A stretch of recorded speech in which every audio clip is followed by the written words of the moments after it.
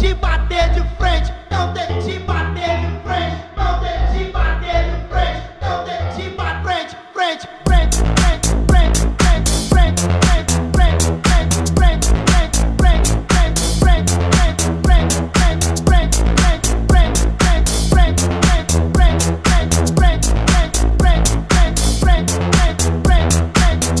muita estampa na minha roupa, pareço um camaleão. Eu tô dentro desse clube, segurando um copão. Muita lábia, muito estilo, melanina, coração. Eu sei que tu não me entende, tô bebendo um sucão.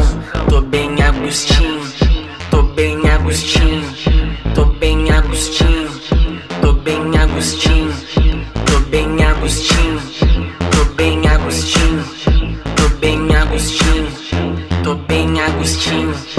Baila comigo, bebel, não briga comigo, bebel. Tô tipo beisola, bebel, eu tô amassando um pastel.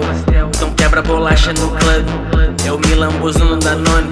Então quebra bolacha no clube, eu me lambuzo no Danone. Tô bem Agostinho, tô bem Agostinho, tô bem Agostinho, tô bem Agostinho, tô bem Agostinho, tô bem Agostinho, tô bem Agostinho. Acho que quando a gente começa a observar o amor de outra forma, sem esses ideais, a gente entender que o amor ele é uma presença. É mais fácil a gente conseguir observar isso quando a gente tá junto com outra pessoa, porque são duas situações, é o amor e o amar. E às vezes a gente tem muita dificuldade de observar o amor sem a ação de amar, né?